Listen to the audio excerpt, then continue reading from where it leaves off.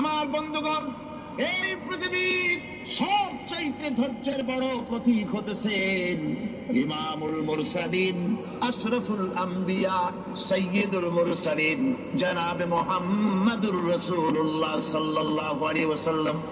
আমার বন্ধুগণ, সবচাইতে বড় ধৈর্যের প্রতীক তিনি।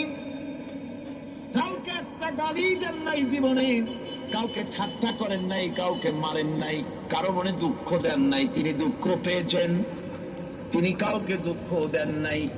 তিনি কষ্ট পেন, কাউকে কষ্ট দেন নাই। আমার ভাইয়েরা, তায়েফের ময়দান, আমার নিজের চোখে তায়েফে যেদিন আমি তায়েফ দেখলাম, আমি তায়েফে ঢুকেছি, জীবনে কোনোদিন যাই নাই। রমজান মুবারকে আমি সেখানে গেলাম, আমাকে বসার জন্য তারা নিয়ে যাবে। আমি বললাম আগে বসবো না, আমারে আগে নিয়ে যাও, আমার নবীকে কোন জায়গায় ওরা মেরেছিল সে জায়গাটা দেখাও। তায়েফের সেই গলিতে যখন আমি গেছি, দুই দিকে পাহাড় দাঁড়ানো, তায়েফের লোক আমার সাথে ছিল। তারা বলল এই জায়গাটা প্রথম যেখানে চতুর্দিক থেকে নবীজিকে পাথর মারছিল আর আল্লাহর নবী বেহুশ হয়ে পড়ে গিয়েছিলেন। 3টা দিন না খাওয়া,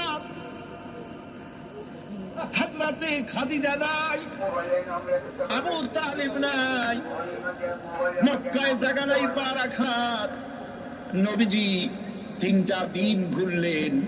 নেতারা বলল তুমি যদি নবী হবে তো এতিম হলে কেন? আল্লাহ নবী বানাবার জন্য কি একটা ধনী মানুষ পায় না? তোমার মতো এতিম আর গরিবের নবী বানাইলো কেন?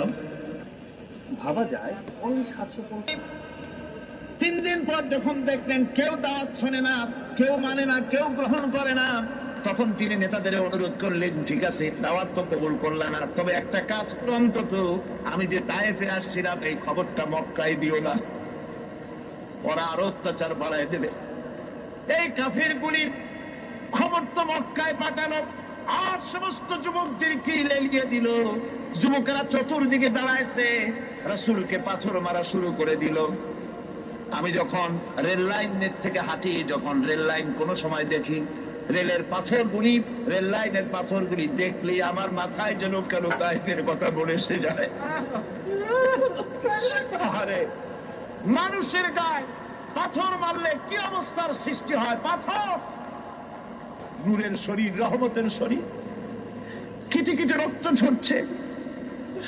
নবীজিকে জোর করে উঠাইয়া জবরদস্তি করে হাঁটার জন্য তারা ধাক্কা মারতেছে। আবার কিছুদিন গিয়ে নবীজি আবার বেহুশ হয়ে পড়েছেন। এইখান থেকে